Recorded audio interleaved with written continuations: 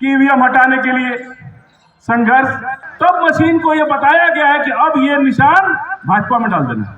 वो जब करके चला जाता है भाजपा को। बहुत सिंपल सी चीज है।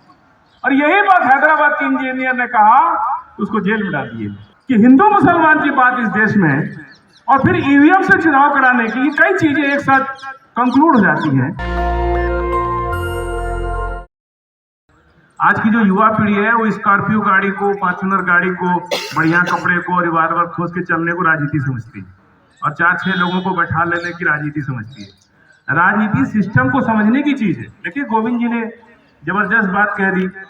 इन्होंने आधा समय जो ज्यादा ले लिया वो इतिहास में ले लिया, बाद वाला तो जबरदस्त था, उसको तो कोई काट ही नहीं सकता। मैं 2-3 बात करके समाप्त करूंगा। देखिए, मैं मुसलमान हूं और भारत की राजनीति में चंद्रशेखर जी के साथ मैंने राजनीति शुरू किया। मैं छोटा बच्चा था उस समय। ये लोग 2-3 सवाल पूछते हैं। जब मेरा नाम फजील अहमद जानते हैं तो सबसे पहले पूछते हैं, और जब हम कहते हैं कि हम भारत के मूल निवासी हैं तो पूछते हैं कि मुसलमान से पहले क्या थे। सब बोले मूल निवासी है भाई, हम सदियों से सताए और दबाए हुए लोग, उठने की कोशिश कर रहे हैं, लेकिन फूट डालो राज करो। कल 2 बात सामने आई कि हिंदू मुसलमान की बात इस देश में और फिर ईवीएम से चुनाव कराने की कई चीजें एक साथ कंक्लूड हो जाती हैं। 1857 की क्रांति के बाद अंग्रेजों ने रिसर्च किया देश के अंदर कि इतनी बड़ी क्रांति कैसे हो गई। तो मालूम चला कि यहाँ के हिंदू मुसलमान मिल करके जो मध्यम वर्गीय है, जो गरीब तबके के लोग हैं, जो मध्यम वर्गीय और मध्यम वर्ग से नीचे के लोग हैं, वो आपके खिलाफ हो चुके हैं। अपर क्लास के लोग खिलाफ नहीं थे। तब उन्होंने कहा कि हिंदुस्तान के अंदर हिंदू मुसलमान का भेद डालना होगा। तब हिंदुस्तान, पाकिस्तान, बांग्लादेश, भारत, ये सारा मिला दिया जाए तो आबादी में मुसलमान भी ज्यादा थे, इसलिए संघर्ष अंग्रेजों के खिलाफ तगड़ा हो जाता। तो उन्होंने हिंदू मुसलमान का भेद डाला और इन तमाम मस्जिद मंदिरों का जो विवाद शुरू किया, ये उसी जमाने से शुरू। और मैंने कहा कल भाजपा के प्रवक्ता से कि 1857 की क्रांति के बाद जो षड्यंत्र इस देश के अंदर अंग्रेज छोड़ गए, आप उसी को आगे बढ़ा रहे हो सत्ता के लिए। आप तो वही काम कर रहे हैं जो अंग्रेज 1857 में करके गया, और आज सत्ता प्राप्ति के लिए आप वही काम कर रहे हैं। आजादी के 70 साल के बाद आदिवासी को जमीन नहीं दी आपने, दलितों के 1 धूर जमीन नहीं दी, पिछड़ों के पास जमीन नहीं है, नौकरी नहीं है, शिक्षा नहीं है। इतना रिजर्वेशन, इतना आरक्षण होने के बाद भी मेरे गांव में सरकारी नौकरी में 1 आदमी। ये क्या हो रहा है देश के लिए? मैं दिल्ली में जा रहा, मुकेश राजपूत बैठे हमारे बीच में। जब मैं नया आया तो इनसे मेरा दोस्ती हुआ। ये बोल रहे थे कि जब मंडल कमीशन लागू हुआ तो हम लोग बस का शीशा फोड़ रहे थे। उस समय इनको याद होगा। मैंने पूछा क्यों? कहा कि हम तो मंडल कमीशन के विरोध में मालूम कर रहे थे। मालूम चला कि वीपी सिंह तो मेरे लिए ही मंडल कमीशन लगा दिया। हम खुद पिछड़ी जाति के हैं, हमारे बच्चे भी नौकरी पा जाएंगे। ये बात वीपी सिंह ने जब मंडल कमीशन लगाया तो मुकेश राजपूत जैसे लोगों को नहीं समझा पाए, क्योंकि ये पिछड़ी जात के लोग हैं, इनको समझने में थोड़ा समय लगता है।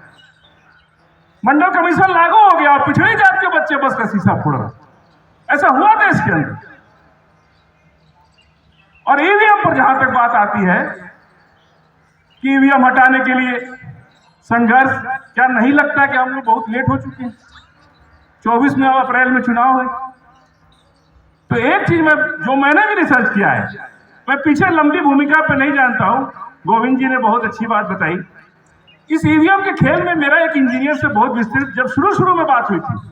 आपको याद होगा कि एक छोटा मोबाइल होता था शुरुआत में, जब मोबाइल चलाते तो 200 फोन मेमोरी या 200 सिम मेमोरी होता था ना उसमें। तो 200 जब फोन मेमोरी हो जाता था तो आपका मोबाइल पूछता था कि अब तो ये इसको कहाँ डालें, इस नंबर को हम कहाँ सेव करें। आप 1 नंबर या ए या बी दबा देते थे तो वो फोन में चला जाता था। ठीक उसी पैटर्न पर यह मशीन काम करती। एक आबादी गांव की ज्यादा से ज्यादा 2000, उसमें 3000 स्पेस है मशीन के अंदर। स्पेस तो हर जगह होता है ना।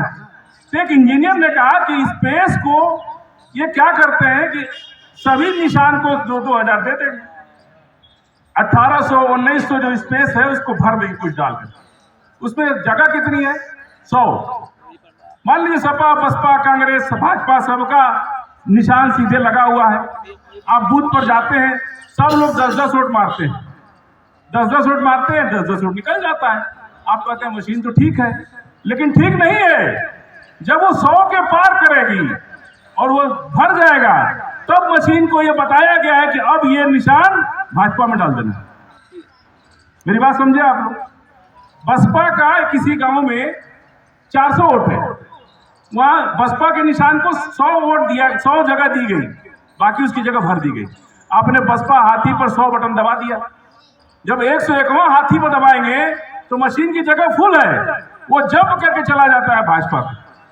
बहुत सिंपल सी चीज है। और यही बात हैदराबाद के इंजीनियर ने कहा, उसको जेल में डाल दिए। तब देश का कोई नेता उसके साथ खड़ा नहीं, और उसी पैटर्न पर मशीन काम करती है। ईवीएम दूसरा, एक सारे अधिवक्ता साथी हैं, हम लोग तो कोर्ट कचहरी में नहीं खड़े हो सकते। एक दान बहादुर जी, इसमें और टेक्निकल चीजें मैं बता रहा हूं।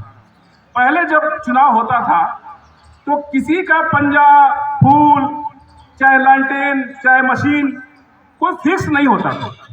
अल्फाबेटिकल कैंडिडेट, जैसे चुनाव में हमारा नाम फजील अहमद है तो हम फ से शुरू हुए, किसी का दान बहादुर द से शुरू हो गया, तो जो अल्फाबेटिकल ए से शुरू होता था उसको 1 नंबर पर निशान मिल जाता था। जो अल्फाबेटिकल में दूसरी बार आता था उसको दूसरे नंबर मिल जाता था, तीसरे को तीसरी बार मिल जाता था। तो किसी बूथ पर, किसी विधानसभा में या किसी लोकसभा में कांग्रेस को चौथा नंबर पंजा मिलता था, तो किसी लोकसभा में पहला नंबर मिल जाता था, किसी लोकसभा में 8वां नंबर मिल जाता था। उससे भी क्या होता था कि ये पता नहीं चलता था कि हमको कहां सेटिंग करनी है। यदि आप लोग सुप्रीम कोर्ट में ये फाइल करके, अगर आप सुप्रीम कोर्ट को मैनेज करके या बात करके अगर इतना भी करा लें, आज ईवीएम में फिक्स है, ऊपर 1 नंबर पर भाजपा, 2 नंबर पर कांग्रेस, 3 नंबर पर सपा, 4 नंबर पर बसपा, ये फिक्स है। चाहे प्रत्याशी का नाम दान बहादुर हो, चाहे फजील अहमद हो, चाहे रितेश कुमार हो, चाहे मुकेश राजपूत हो, इससे मतलब नहीं, वो फिक्स है।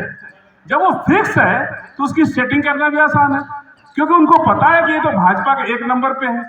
लेकिन वही भाजपा किसी पर 3 नंबर चली जाएगी, किसी पर 4 नंबर चली जाएगी, किसी में 6 नंबर चली जाएगी, तब ये मशीन सेट नहीं हो पाएगी।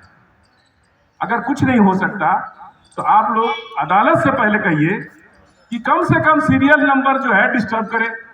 जो कैंडिडेट अल्फाबेटिकल आवे उस लोकसभा के अंदर प्रत्याशी का चुनाव चिन्ह, किसी निर्दल का भी चुनाव चिन्ह नंबर 1 पे हो सकता है, किसी पार्टी का चुनाव चिन्ह किसी लोकसभा में 4 पे हो सकता है, किसी लोकसभा में 6 पे हो सकता है, तो भी मशीन में सेटिंग करने में इनको दिक्कत आ जाएगी। अगर नहीं समझ में तो हम दोबारा भी समझा सकते।